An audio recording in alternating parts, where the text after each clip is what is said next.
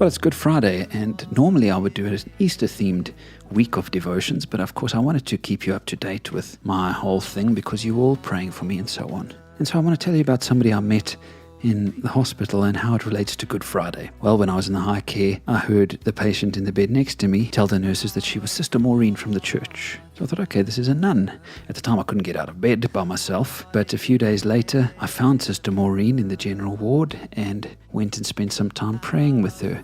She's from the St. Dominic's Convent here in Boksburg. And again, if any of you know her, please send her this message. But I sat and prayed with Sister Maureen, and our conversation was interesting because she was saying she's in such pain and she's trying hard not to complain and to moan, because think of what our Lord went through.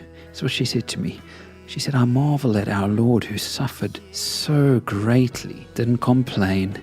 He just went to his death silently, because that's what God had called him to do. And she said, oh, how weak I am that I struggle with this complaining and moaning about my own situation. And then we spoke about how Jesus even needed a bit of help. Remember how Simon of Cyrene came and carried his cross for him for a little while? And we spoke about how even though her and I were suffering in a sense in a hospital, we had all these wonderful staff around us, and they were like our Simons, helping us carry our cross. And we just shared such a lovely moment reflecting on that there in the hospital. So it's Good Friday. Consider the sacrifice Jesus made.